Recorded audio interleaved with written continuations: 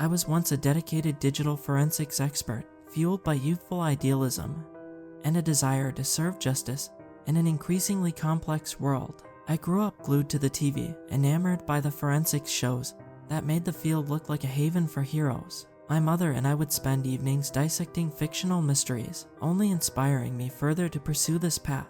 But let me be clear, this profession desensitized me to the grotesque horrors that lurk behind the pixels and data streams. I've seen things, terrifying things, that no person should ever have to confront.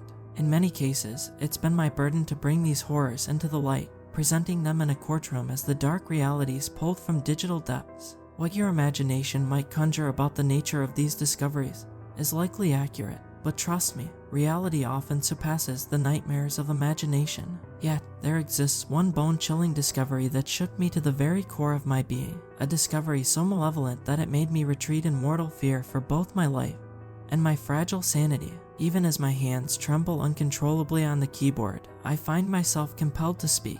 You see, if someone doesn't intervene soon, I fear this malevolent case will only metastasize, like a cancerous growth.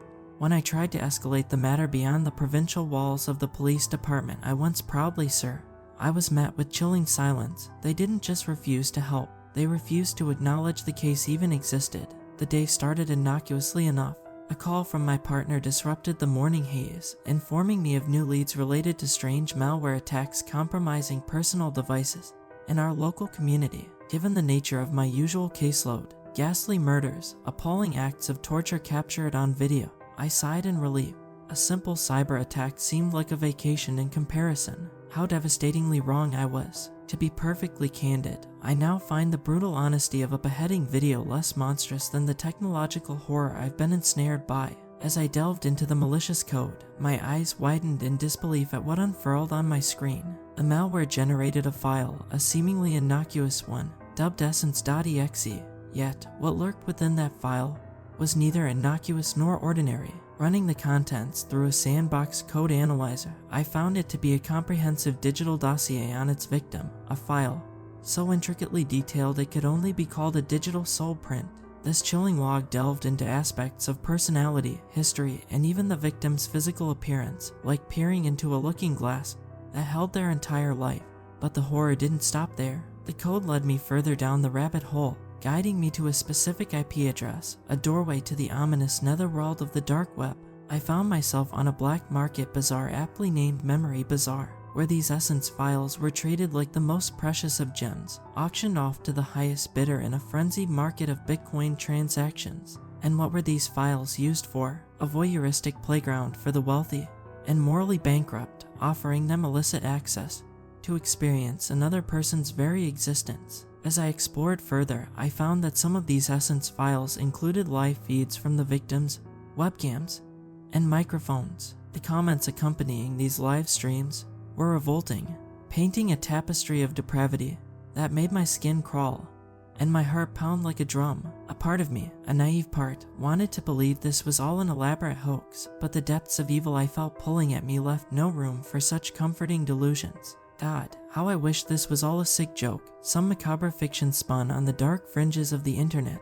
But reality, I found, can be far darker than any fiction. Unable to ignore the horrendous implications, I took it upon myself to investigate the people connected to these essence files. What I unearthed shattered my soul. Family members spoke of their loved ones in bewilderment, recounting inexplicable episodes of amnesia, and stranger still, bizarre transformations in personality, almost as if the very core of who they were had been hollowed out. But the nightmare didn't stop there. A chilling pattern emerged. Several victims slipped into mysterious, unexplainable comas, their minds utterly broken. Families were left to grapple with the notion that their loved ones were somehow irrevocably changed during these unsettling episodes of memory loss. I found myself drawn back to that terrible bazaar on the dark web, compelled to dig deeper into this unfolding tragedy. What I discovered was an abomination beyond comprehension. User reviews and grotesque comments made it chillingly clear every memory, every emotion extracted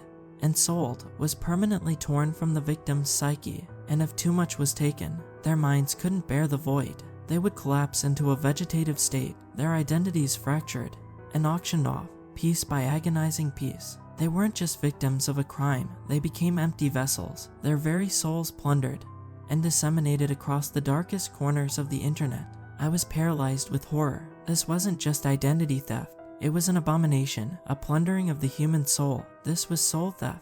With a trembling hand, I hovered the cursor over the send button, ready to forward my painstakingly compiled evidence to authorities, who might finally take this nightmare seriously. But just as my finger began to descend, the screen blinked into darkness. When it flickered back to life, all my files, all my proof, had vanished, replaced by a lone icon, essence.exe. My heart didn't just sink, it plummeted into an abyss, pulling my sanity along with it. I was trapped, ensnared in the very web of malevolence I tried to dismantle. But what unnerved me more, what truly sent icy tendrils of dread snaking through me, was the unfathomable idea that someone, somewhere, would soon be auctioning off pieces of me. Would they revel in the adrenaline of being on the front lines of digital forensics? Or would they derive a twisted satisfaction from stumbling upon a darkness so profound that it shook the very foundations of their being? That was the breaking point. I severed all ties with my career, unplugged myself from the insidious labyrinth that is the digital world, and endeavored to erase my past. Though a part of me knew I was still fragmented, my soul auctioned off in the darkest recesses of the web. So now, I pen this cautionary tale as my final act. If you discover essence.exe lurking within the bowels of your computer system, know that it's irrevocably late. You're no longer just a potential victim of identity theft. You're teetering on the edge of soul obliteration, and for the love of all things sacred, avoid the siren call of memory bizarre. Some horrors, once unearthed, become relentless specters, forever stalking the corridors of your mind, just like they do in mine.